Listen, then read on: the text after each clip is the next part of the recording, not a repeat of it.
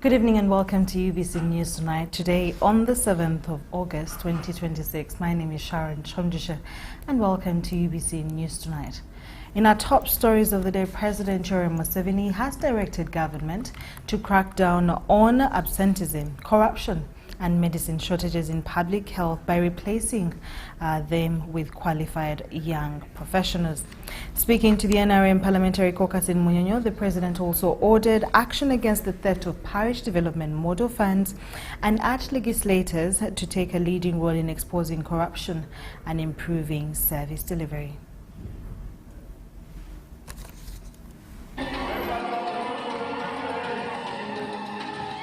Things which are disturbing the population are now the following, which we should really see how to deal with.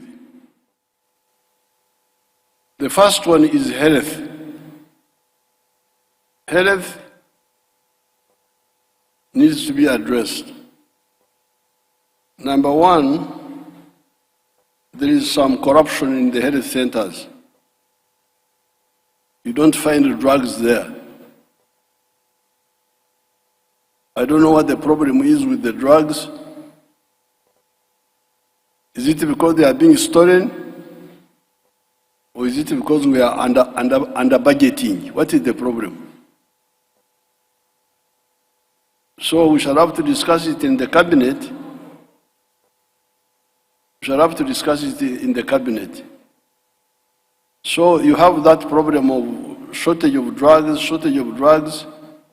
People go to the health centers, they are told to go and buy from the shops. This is very dangerous. It should stop. I'm going to bring it up in the cabinet, but I would also like you to take it up and check what is the problem.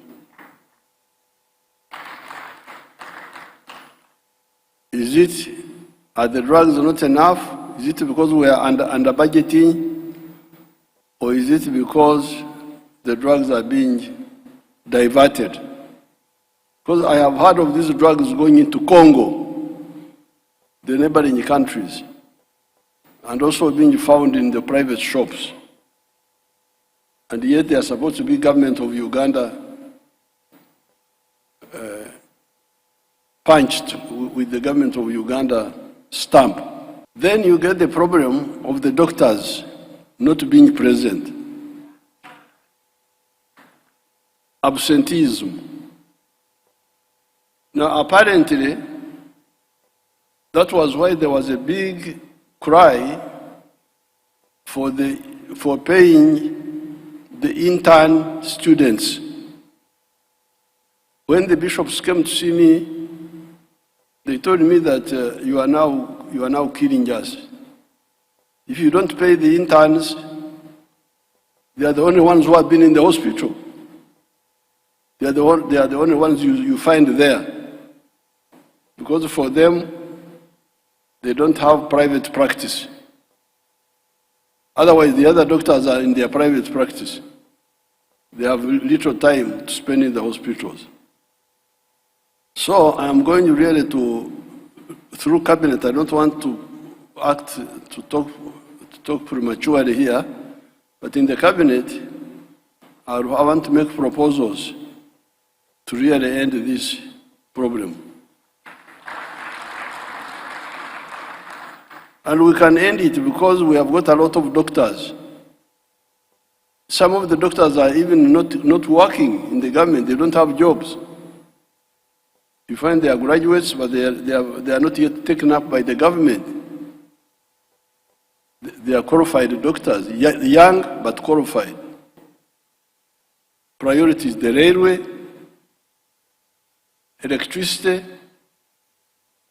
irrigation, some of the roads, not all the roads, but some of them, and others, the Maram ones to be maintained as Maram but maintained, but people don't listen. Districts, city, if you don't now, no vote, no city, no vote. So now, let the cities go and rescue our people in Karamoja now, and the districts. We are lucky that we have some money to buy food from other parts of the country and take it to Karamoja. But this is a budget. Now we need to divert budget money to deal with that crisis. So therefore, this time, I want really you to be serious. To say the crucial programs first, defense and security, the railway, some of the roads, electricity, this health. Luke chapter 12, verse 48 reminds us that to whom much is given, much is expected. This is indeed a call to national service because much has been entrusted to us and much is expected from us. Therefore, remember, this is Kisanja, no more sleep, no more corruption.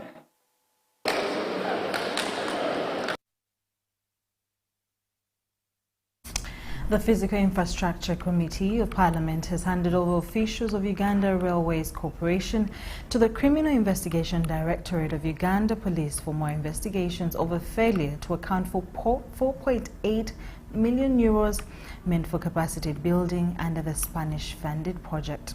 The chairperson of the committee, Mwine Mpaka, said officials made payments worth euros 36,000 for 6 workshops that were never convened. The committee also established that over 600,000 euros were paid to a consultant, which the audit report says was an exaggerated figure. We have details in this report. Members to the Physical Infrastructure Committee of Parliament have had a difficult time to buy into submissions presented by the State Minister for Works in charge of Transport, Julius Wandera Maganda, on the acquisition of the Spanish financing of 28.9 million euros and execution of the contract for the refurbishment and capacity building of Uganda Railway Corporation. Members discovered that in the contract agreement, 4 double-cabin vehicles were supposed to be procured, each at 185 million Ugandan shillings, used for a period of 3 years. To their surprise, the hired consultant sold some of the double cabins to URC staff. One of the double cabins was sold at 3 million and another at 30 million. And the project manager at the end of the contract gets an award of a double cabin, and we are wondering whether it's collusion. In their view, these vehicles had depreciated in 3 years from 185 million to the 30 million they paid. Not just transfer things the way you want. You have not advertised. They have not checked whether these vehicles now are ready to be loaded, not meant to be disposed. So that, I believe that is corruption. To Kashaba Henry, one of the staff of URC who bought one of the vehicles, he stated that the vehicle was second-hand and valued at 70 million. The truth, the whole truth, and nothing but the truth. So help me God. As a person that worked with a consultant who was given an offer, I actually negotiated. I wanted to give him 20 million. Those pickups were worth 20 million in my own view. To Kashaba, you were paid 20,500 euros per month. Honorable, we appreciate your investigations to ensure that there is value for money, but honestly understand that we did not receive this money. The committee also subjected the project manager of the Kampala-Namamve-Mukono Railway Line Rehabilitation Project, Patrick Okanang, to oath before cross-examining him on the expenditure of 4.8 million euros for the project. Okanang Patrick, do solemnly swear that the evidence I shall give. Okanang was tasked to explain if he was receiving monthly reports of the project from the contractor. We could analyze what they have delivered and we approve the invoice that goes through the MOD and to the Ministry of Works. You made payments clearly that don't exist. because the people are here saying they have never seen their money. You have a budget for people traveling abroad from Spain to come and train. They are Ugandans, they are here. Notable figures that were interrogated included members of the Contracts Committee of URC that had been appointed in September 2023 to explain their role in the saga. Actually review the report to see whether trainings have been done, to see whether the staff attended the training, and also to follow through whatever was meant for our particular department. Musoke David, who was the MD of URC at the time, told the committee that several anomalies were registered in the management of the contract. With this statement, Musoke and others were handed over to CID detectives for further interrogations. Members also discovered that the suspects changed the scope of work indicated in the original contract for Tororo Malaba to Kampala na Manve Mukono. I'm Navka Farida and Gloria Gwetabenji at Parliament. In more news, the Deputy Speaker of Parliament, Thomas Taiyewa, has raised a red flag on the abuse of the permits for rice importers from Tanzania. Taiyewa reveals that about 25 companies, including a hospital, have fraudulently been awarded permits to import rice, kicking out the available structures.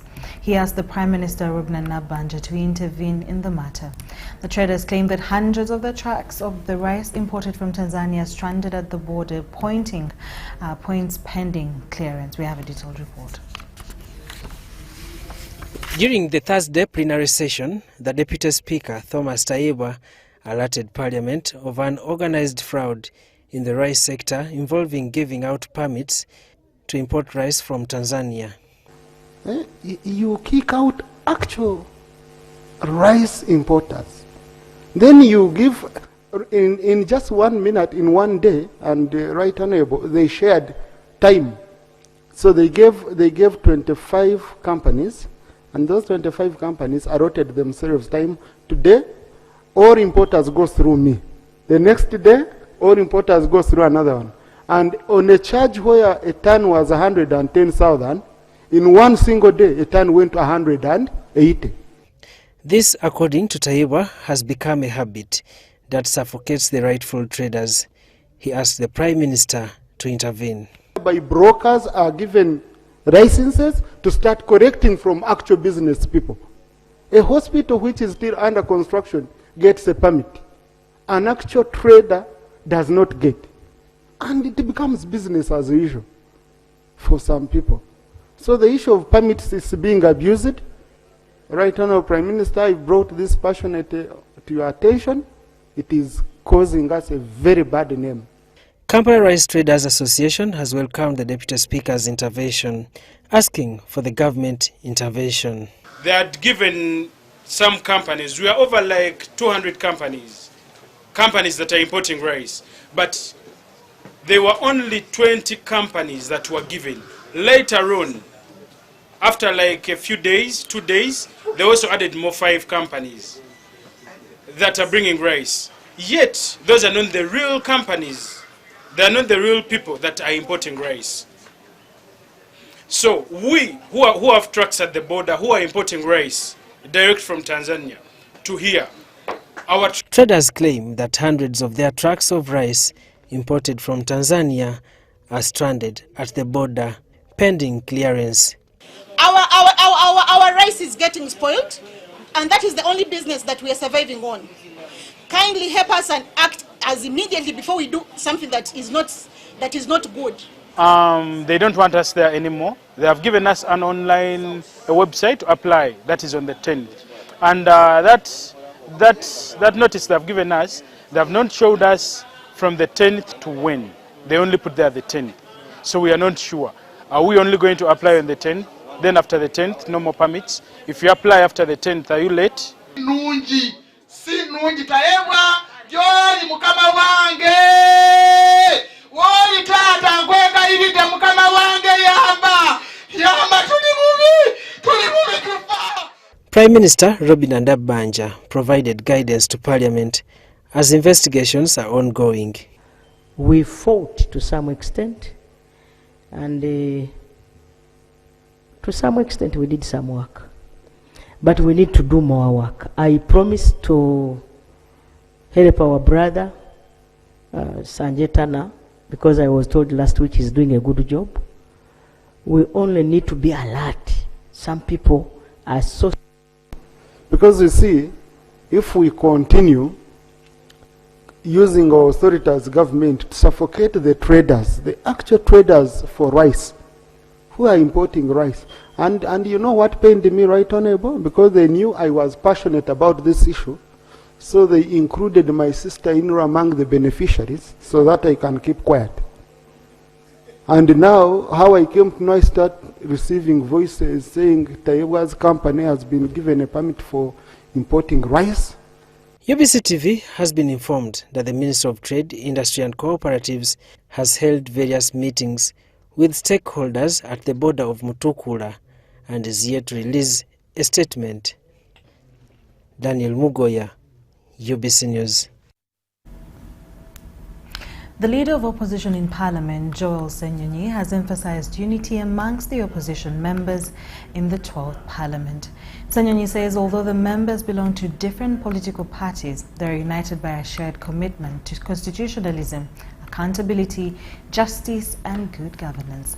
This was during the opening of the induction of the opposition members of the 12th Parliament in Entebbe Municipality, as you're about to watch from Lydia and Sula reporting. To do our work. Opposition MPs in Parliament have engaged to strengthen their effectiveness on parliamentary oversight, legislation, committee work, ethical leadership and financial management. So proud. The retreat was opened by the leader of opposition in Parliament, Joel Senyonyi, who reminded the MPs of their roles in Parliament, top on agenda, defending the public interest and holding government accountable. Our role as the opposition is to provide constructive scrutiny, offer practical alternatives, and ensure that public policies and programs genuinely improve the lives of our people.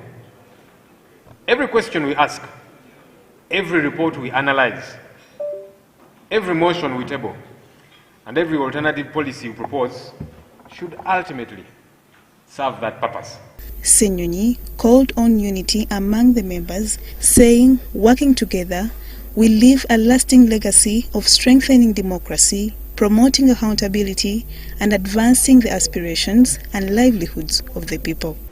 Let us remember that although we belong to different political parties, we are united by a shared commitment to constitutionalism, accountability, justice, and good governance. Our diversity should strengthen and not divide us. When we work together, we amplify the voices of millions of Ugandans who have entrusted us with this mandate. Everything is not bad. You see? Don't oppose because every time you must oppose. The opposition members cited a few challenges that call for urgent attention. We are few in number, but when the speaker goes to our side to select those who should present, still he chooses those from NRM who sit with us. Sometimes the other colleagues are given more time and then you are given less. The opposition also launched its legislative priorities of the 12th Parliament that set out the key legal reforms that the opposition will pursue to strengthen governance, improve service delivery and promote inclusive national development. We need an amendment in the Trial of Indictment Act, and that is to do with persons having mental incapacity problems. We have had challenges whereby under the current law, if a person is found mentally incapable of maybe having their case heard by court, then it is within the mandate of the minister to say that let this person be free. We want to change that so that at least court can still have those powers. Lydia Chomkama, UBC News. Uganda's nomination of Olara Otunu for the United Nations Secretary General position has renewed debate among the country's place in global diplomacy. Uganda has built a reputation as one of Africa's leading contributors to peacekeeping missions from Somalia to other conflict zones. Now, as Kampala seeks a bigger voice at the UN, we examine how military experience, peace operations and diplomacy are coming together.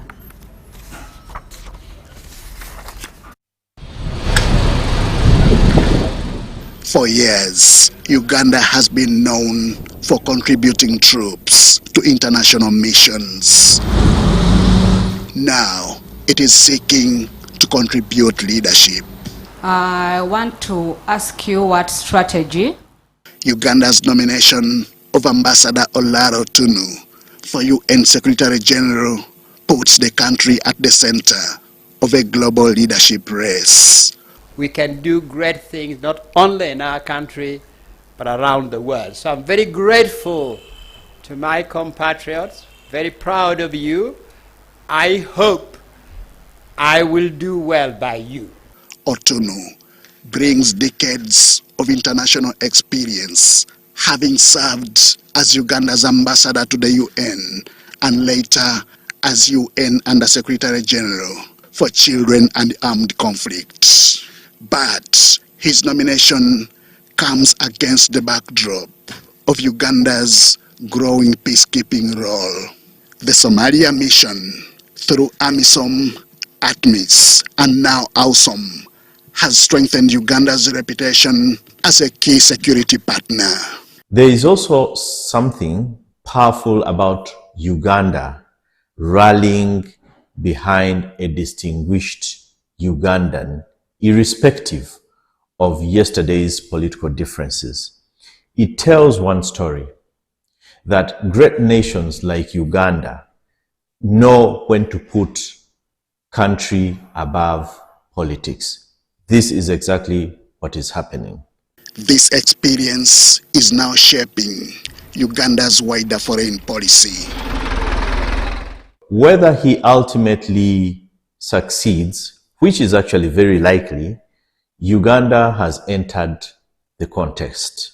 We should not only contribute troops to global peace, we should also contribute ideas. We should also contribute global leadership to that global peace that we keep talking about. Uganda's possible participation in an international stabilization force in Gaza has added to discussions about its expanding peace role. It is a big vote of confidence, not just in the Uganda People's Defense Forces, but also in Uganda as a country. Because countries are not actually invited into difficult peace missions because they are allowed. No, they are invited because they are trusted to be able to deliver. From the battlefield to the diplomatic table, Uganda is positioning itself as a player in global peace and security. Henry Okrut, UBC. Following Uganda's parliament's approval for the possible deployment of UPDF troops to the Gaza Strip under the proposed International Stabilization Force by the US President Donald Trump's ceasefire plan, while security and foreign policy experts say that the move reinforces Uganda's growing role in international peacekeeping, analysts warn that the mission will depend on legal safeguards, neutrality, and broad international consensus. Details in the report.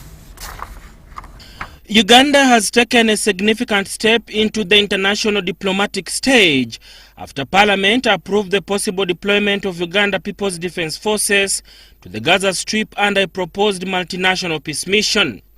The approval follows a request made through the US President Donald Trump's emissaries, who, according to Defense Minister Kiryowa Kiwanuka, informed Parliament that President Yoweri Museveni was approached in July to contribute troops to a proposed international stabilization force. That following the invitation by His Excellency Donald Trump, His Excellency Yoweri Kaguta Museveni, the President of the Republic of Uganda, is ready to deploy in the Gaza Strip the desired Uganda People's Defense Forces contingent in accordance with Section 38 of the Uganda People's Defense Forces Act.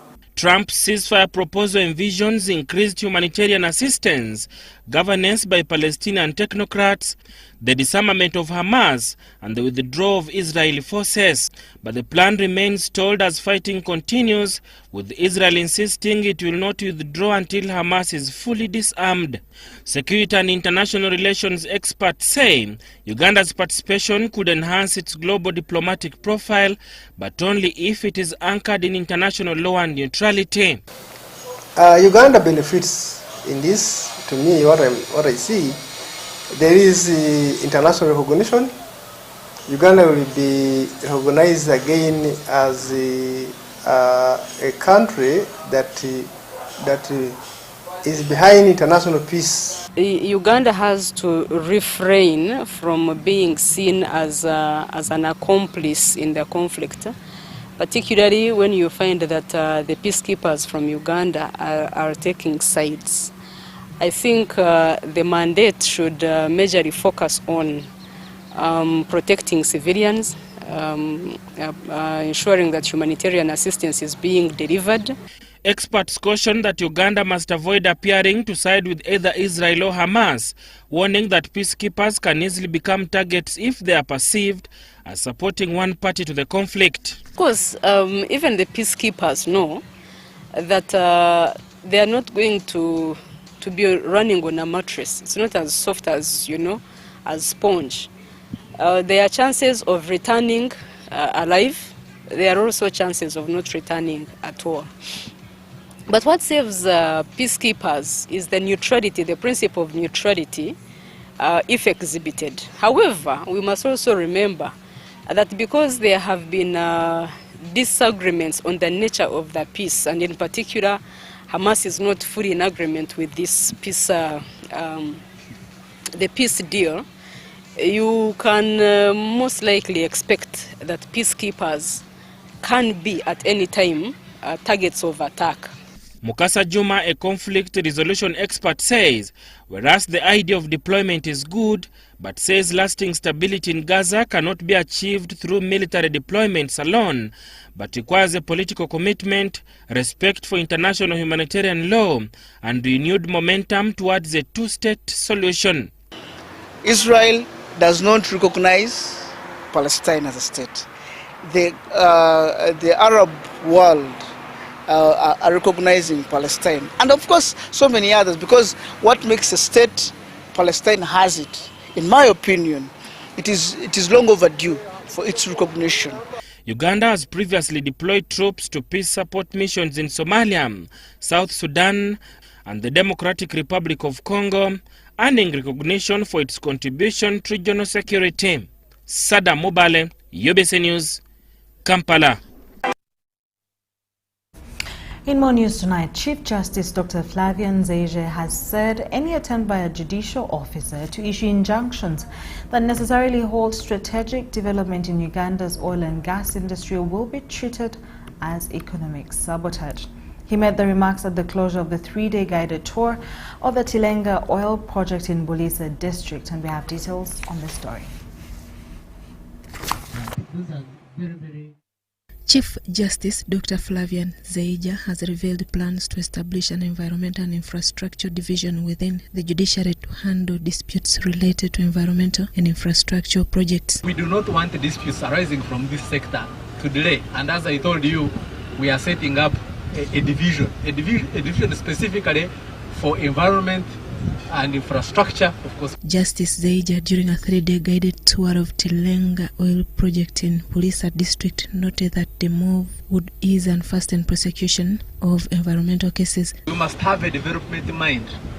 You can't be a judiciary that thinks that you are going to prevent development. I think Musa mentioned something to do with injunctions. You imagine someone injuncting such a project, and you sit on your desk and you issue an injunction against this project from proceeding. That would be equivalent to treason. But so what we do here is we are training judges to ensure that we have that development mind. Can judiciary be an aid to development rather than stifling development? The Governor, Bank of Uganda, Dr. Michael Ating Ego, urged the judiciary to ensure court disputes do not delay Uganda's first oil, noting that the sector is expected to drive the country's economic growth strategy. If you look at the tenfold growth, there are 4 key pillars: agro-industrialization, tourism, mineral development, science and technology. We want this oil to help us grow those pillars so that long after the oil is gone, those pillars are able to sustain growth in the economy. So, meanwhile, the Central Processing Facility for Telenga project, which is designed to process up to 190,000 barrels of crude oil per day, is now at 68% complete as government races to achieve its first oil by the end of the year. So train 2 will be made ready before train 1, so that at least all the crude can go through train 1 as they finalize the other side. The facility processes crude oil from multiple wells before it's transported to the East African Crude Oil Pipeline Pump Station in Hoima District. The senior facilities engineer at the Petroleum Authority of Uganda, Andres Senablia, says developers have prioritized completing 1 processing line to meet the first oil timeline. For use within the facility have to be ready.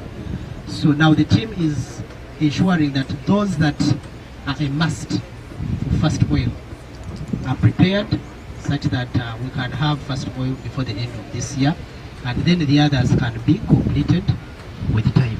The manager for cost monitoring at Petroleum Authority of Uganda, Angela Nareiso, says oil companies have so far invested more than $12 billion in exploration, appraisal and development activities. We are yet to confirm how much they will start up before they reach the 190,000 barrels per day. Fast oil!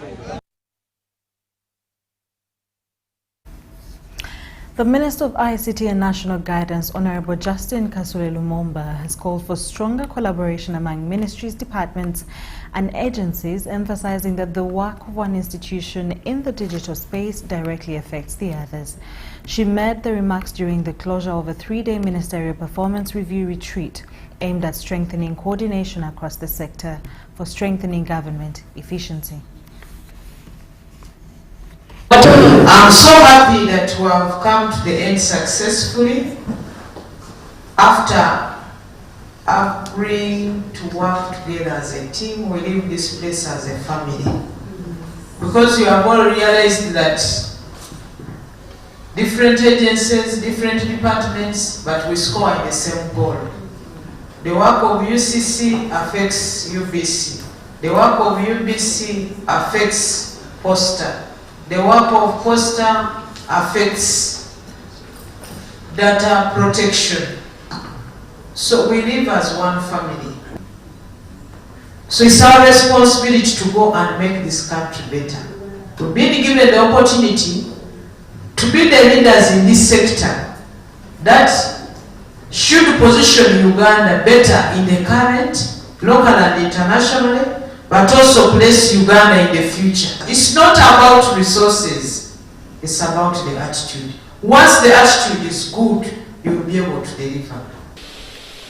We have realized that our agencies, what they're doing is not known by the public, not known by Ugandans. It's so amazing. All that we've had here, there are a lot of challenges that they go through, but it's not for public consumption now. Me and my senior minister, Kasule Lumumba, and the Honorable Sebgwao, we're going to sit down, analyze the pickups and all that, and get better solutions to move forward so that we basically target and look forward to achieving our vision 2040 to take. So out of this retreat, the country, our citizens are going to see one Uganda or one government under digitization, under communication. We are not going to see and wonder what is UCC doing, how is it related to the ministry, what is the role of Uganda Media Center and all that. All these questions we have been able to harmonize within this 3-day retreat. This was very critical for us, because now we know exactly how to go about collaboration.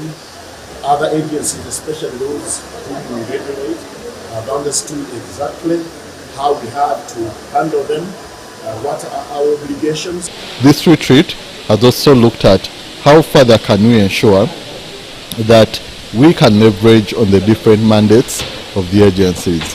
For Posta Uganda, how can we work together to ensure that even when they further digitize, that data is well protected.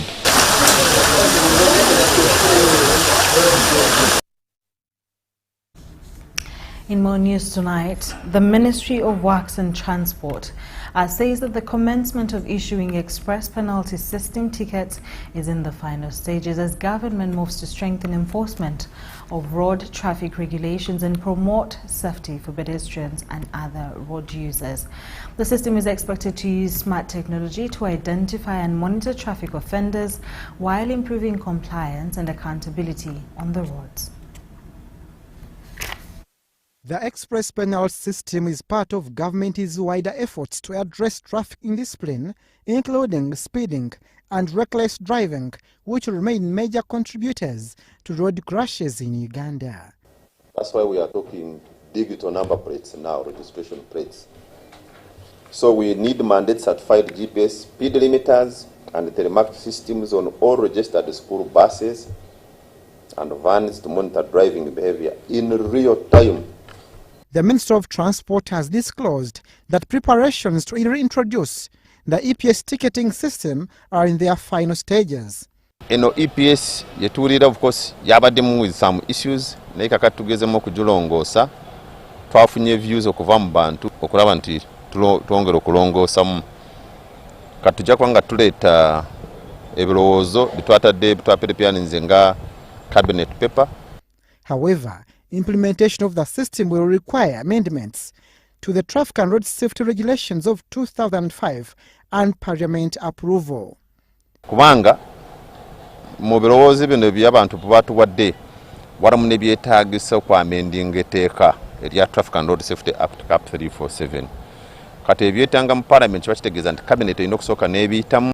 Stakeholders from the Ministries of Transport and Education have proposed a uniform transport system for learners, including a special color for vehicles transporting school children. So in the meantime, the ministry, together with the Ministry of Works, developed a checklist which is combined, takes into consideration standards from the ministry and also standards from the Ministry of Works. Vehicles, the school shuttles, the buses, the minibuses, we are going to have a standard color for every school bus and they will be properly marked. The stakeholders have agreed on the adoption of smart traffic management solutions, particularly digital tracking and the commencement of the EPS ticketing system. Monitoring of the speeds at which these vehicles are moving. You can only do it through technology. So part of the negotiations we are going to have with these transporters of our learners is installing speed tracking technology on your means of transport. You realize that employing other mechanisms like technology really would play a very big role, because we all know that technology can enforce 24/7. Technology can enforce 24/7 and can be anywhere at any time. Even when it is raining, these cameras are there. As the Intelligent Transport Monitoring System says the AI-powered technology will support vehicle identification, monitoring and enforcement with the aim of promoting behavioral change among road users. National Medical Stores has finalized plans to scale up the supply of essential medicines for managing sickle cell disease.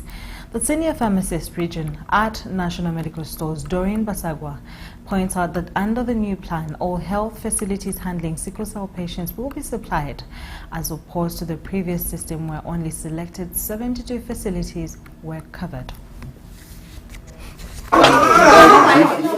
The number of children being born with sickle cell disease is increasing, making it a national health concern because it is one of the leading causes of ill health in both children and adults. The National Sickle Cell Survey carried out in 2015 by the Ministry of Health shows that between 15,000 and 20,000 babies are born with the disease annually. Dr. Hope Fortunate Achio lost her 2 children to sickle cell, and she is urging people to test for sickle cell before marriage, but also to ensure that those living with the disease access better care. How do you know if you're a carrier? I'm a carrier.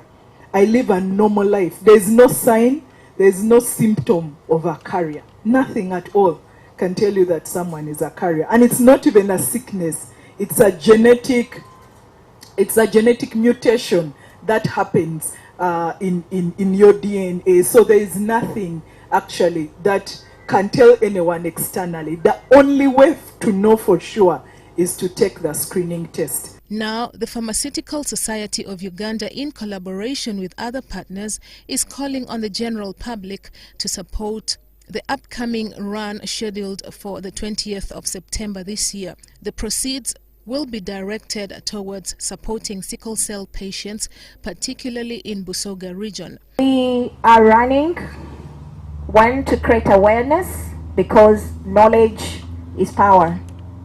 And knowledge will prevent sickle cell disease and save lives ultimately. We also run to raise funds, and all the proceeds of these funds go to providing hydroxyurea, the expensive hydroxyurea, to the patients who cannot afford it. As pharmacists, we believe no patient should die because they cannot afford medicine. This run is our commitment to access. National Medical Stores has also finalized plans to scale up the supply of essential medicines for managing sickle cell disease. NMS has been distributing a dedicated sickle cell medicine package to 72 accredited health facilities across the country.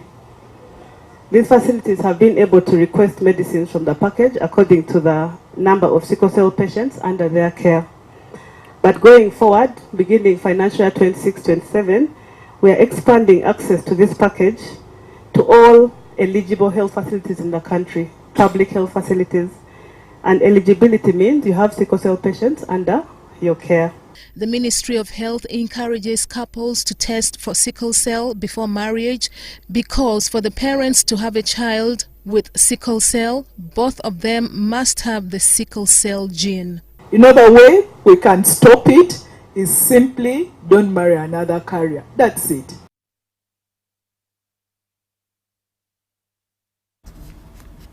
More about health. The Minister of Health, Dr. Chris Baryomunsi, has called upon health scientists to embrace modern technologies to improve service delivery in the public health sector.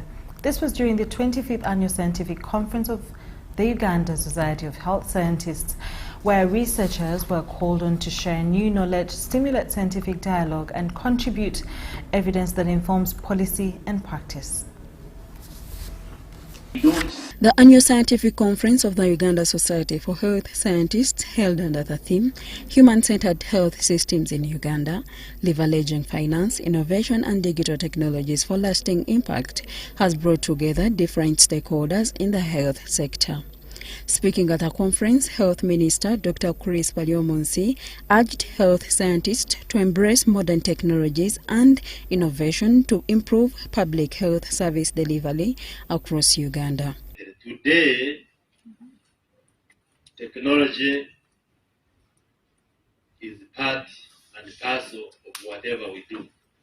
Whether you look at the disciplines of education, agriculture, commerce, transport, for you to have gains in efficiency and have better outcomes, technology has to be integral and to be part of what we do. And therefore, I would want to encourage you to take the lead as the Uganda Society for Health Scientists.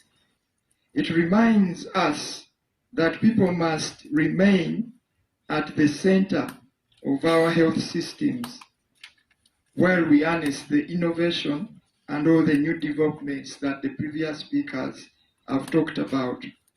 At the conference also, health scientists appealed to government to increase funding for health research to address emerging public health challenges. We still see a disconnect between you, the people who do research, and maybe us, people who make policies. There is a huge gap. I know we have universities, and you, the university researchers, even you, the medical people, do a lot of research, and you come up with lots of findings.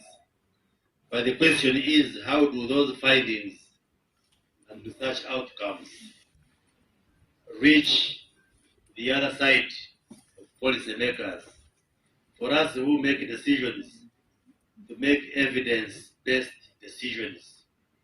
I am confident that the discussions we are going to have today and the ones we've had are going to make us better equipped to address the challenges that we might have as a community, particularly as a country, Uganda.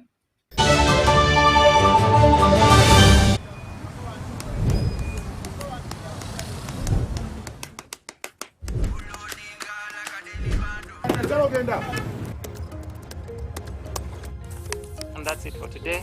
Till the next episode.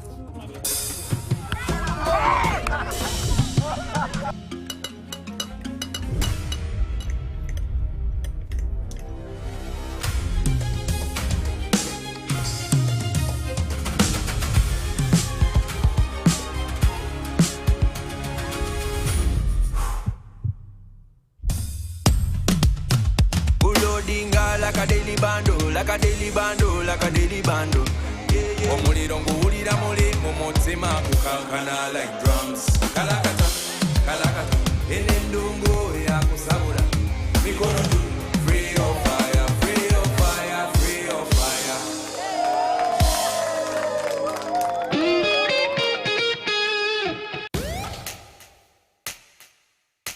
We don't need anyone's permission to move forward. What we need is the power to do it our way.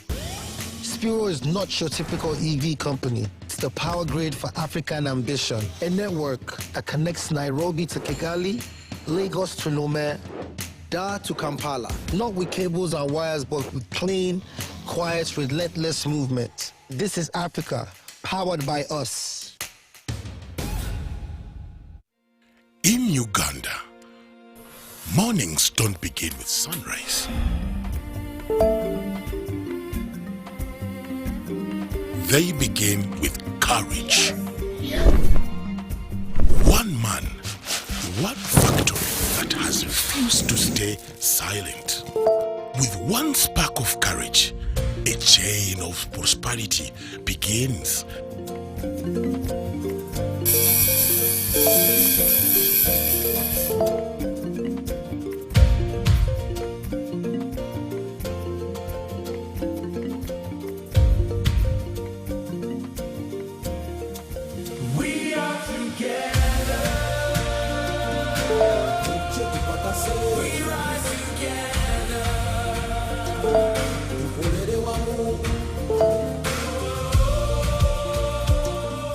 When one Ugandan stands up, the nation moves.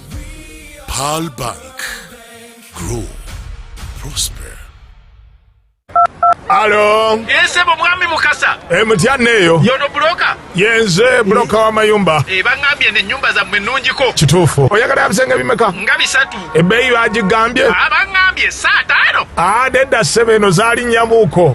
Lwaki? Anti langi gye tusiigisa ya mulembe. Nti ne valiyo y'ekitundu yalinnya. Musiigisa ki? Global Paints. Mutya. Ku ceiling tukozesa Global Mat. Ate munda ne tukozesa Global Silk Vinyl. Singa kwetaga wabweru. Wabweru tukozesa Global Weather Coat Emulsion. Kusiiga gye musiiga. Ogwo omutindo ogusasulira sente zonna. Guli wumite. Global Paint, a reliable product. The Ministry of Energy and Mineral Development, MEMD, warns the public that fraudsters using fake social media accounts to solicit money while falsely claiming they can secure licenses, appointments with the Honourable Minister, or influence ministry decisions. Please note, you do not pay to meet the Honourable Minister or any Ministry of Energy and Mineral Development officials. Ministry of Energy and Mineral Development has not authorized anyone to collect money on its behalf.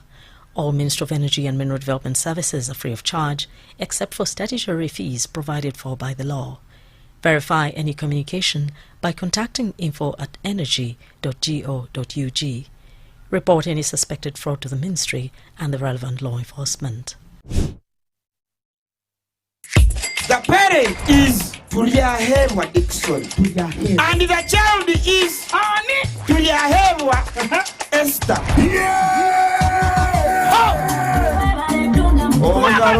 Kambera gwete Kyomugisha ngo ishe watu yayewa Esther wahangura school fees ngene na hateja shana amashemerwa gonka MTN momo eberewo mbeni nyegasta igana kaga ni 5 star 80 hash kushashuro mwana school fees tokoma nyo musheri zagwije wanje ninga nchaka ngwasa kuzo wawe mwebare munonga.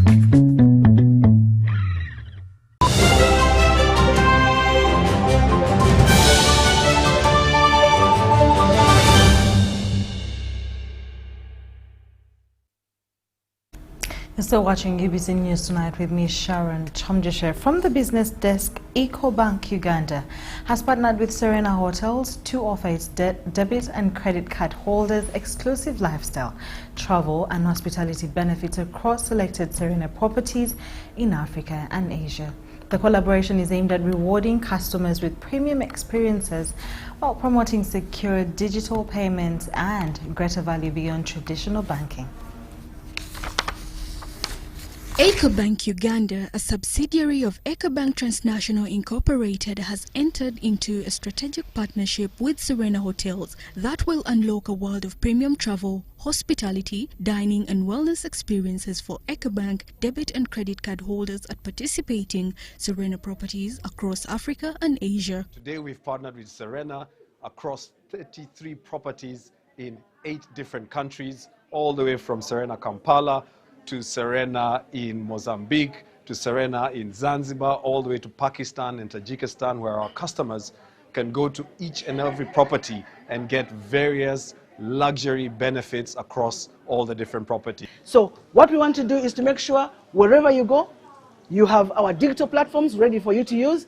There will be comfort wherever you are. You just have to use, the power is in your hands. You use your hands, do your transactions, and make sure that you're doing banking wherever you are. You're experiencing exceptional service and you're getting a wonderful experience. That's what this partnership is bringing to our customers, and we want to make sure that you take advantage and benefit. The Pan-African Bank says the partnership reflects its commitment to delivering greater value beyond traditional banking by enhancing cardholder benefits, promoting secure digital payments and creating rewarding lifestyle experiences that complement customers' financial journeys. For Serena Hotels, one of Africa's leading hospitality brands, the partnership is expected to strengthen customer loyalty by offering additional savings, exclusive member privileges and personalized experiences whenever guests stay at participating Serena properties. What I realized that whilst we have 33 properties, EcoBank has in 33 countries, so there's such a coincidence that this partnership is there. Our goal here is pretty much a win-win strategy, that we look after EcoBank's customers, and we also get business from that customers, and we also recommend our customers to EcoBank. So we try to bring this partnership into effect. Hospitality has always been about people. It is about making every guest feel genuinely welcomed, valued, and cared for. Through this partnership, we are delighted to extend that experience even further. The partnership currently covers selected Serena properties, including Kampala Serena Hotel, Lake Victoria Serena Golf Resort and Spa, Nairobi Serena Hotel, and Dar es Salaam Serena Hotel, with customers set to enjoy a seamless blend of premium hospitality and convenient digital banking services. Kyomugisha Chantal for UBC. Business leaders in the East African community have urged Uganda to shift greater focus from the export of goods to trade in services in order to increase job opportunities, investments, and increased national income. The director of the East African Business Council Uganda chapter, Oscar Kamukama, says that Uganda's potential in sectors such as tourism, ICT, transport engineering, law, and consultancy can be tapped through the wider EAC market if trade barriers are removed. We are here to discuss trade in services. Uganda focuses a lot on trade in goods. What do we focus on? We focus on coffee, we focus on gold, steel products, agricultural products. But there is a very big market called trade in services that is worth about $410 billion in the 8 partner states. Which are the 8 partner states? Uganda, Kenya, Tanzania, Rwanda, Burundi, DR Congo, Southern Sudan, and Somalia. So we need to change focus. The next frontier of huge business is not only in goods where we focus, but it is in the services sector. Services sector is Uganda's largest source of employment. It's the backbone of our country. It contributes to 43% of our GDP, and it employs more than 9 million people. 9 million Ugandans are employed in the services sector. We want to focus on trade in services is to ensure that we are not missing out on the bigger chunk of business. If we keep focusing on goods, then Uganda will not export. Uganda has exported about $2 billion worth in trade in services. But we need to do more as a country. We need to go up to 15 billion. In this, we are envisioning how someone from Rwanda can come into Kenyan market and improve their services in the areas that we lack, and we partner the same way that can cause immediate growth, because we have seen growth in the ICT sector as one of the key service areas. Following the workshop, the participants will consolidate the discussions into a set of practical recommendations. This recommendation will help us strengthen our national and regional policies, improve institutional support for service exports, and guide future cooperation with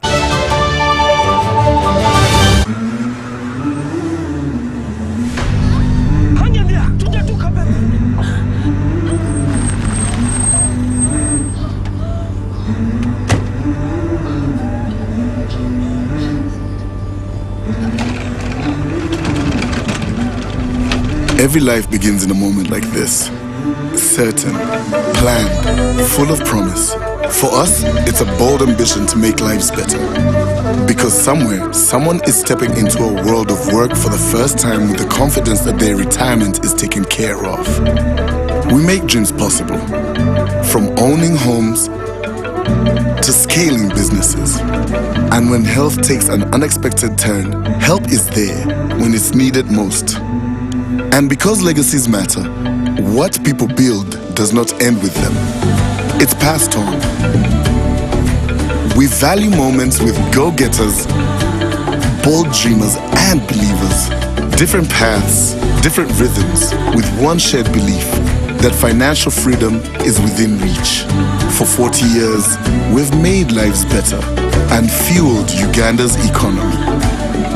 Through careful investment, we have supported businesses, created jobs, and backed our nation. To us, it's more than saving. It's believing in effort, in patience, in possibility. It's making lives better. We believe in you, in us, and in Uganda.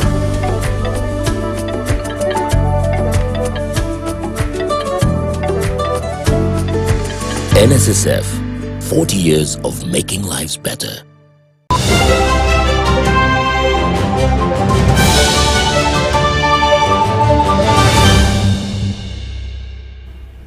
Welcome to the last segment of UBC News Tonight. In our sports stories, the official race kit for the 5th edition of the Tascalite Mount Rwenzori Marathon has been unveiled ahead of the highly anticipated race scheduled for the August 22nd in Kasese District. John Mansentamo with a detailed report.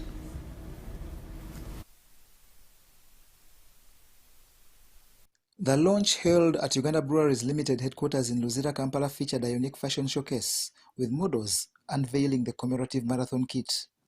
Maintaining its signature green color, the jersey features a special 5th anniversary emblem and topographic contour patterns inspired by the iconic Rwenzori Mountains. So this year we've designed a kit that I personally think is the best kit in Africa. You will be the judge of that, of course, but the kit has a few things in it. Of course, there's a race t-shirt the badge of honor that you wear after you run to show everyone that you did. The main thing obviously always is the marathon logo, but it also has the contour lines of the Rwenzori Marathon place, also known as the Rwenzori Mountains. On the side, as you'll see, if you look closely, there's a sun with the equator symbol, symbolizing the fact that the Rwenzori Marathon is the only marathon on the planet that crosses the equator. The kit also includes a matching cap, bag, and water bottle. Speaking at the launch, Uganda Breweries Beer Category Marketing Manager Elizabeth Mutamuliza said the anniversary edition celebrates 5 years of promoting active lifestyles, adventure, and community through sports. Through the marathon, we've been able to show the world what Kasese has, how beautiful it is, and how welcoming and warm the people of Kasese are. Exciting launch of our Tusker Light Marathon kit, a kit that represents what the marathon is about. We're very excited to see everyone wearing that kit when we go to Kasese on the 22nd of August. We welcome you all to Kasese. Marathon team lead Amos Wekesa said organizers are targeting 8,000 participants from more than 20 countries, adding that every finisher will receive a commemorative medal. This year we've done about 29 countries activations around the world, and that's why lots of people are interested in coming. We're going to probably double the number next year, and we have more experts coming on board to work with us to make sure that this marathon is not just a labor marathon, but it goes to elite. The marathon has evolved into a key tourism driver, creating business opportunities for hotels, transport operators, and entrepreneurs across the Rwenzori region.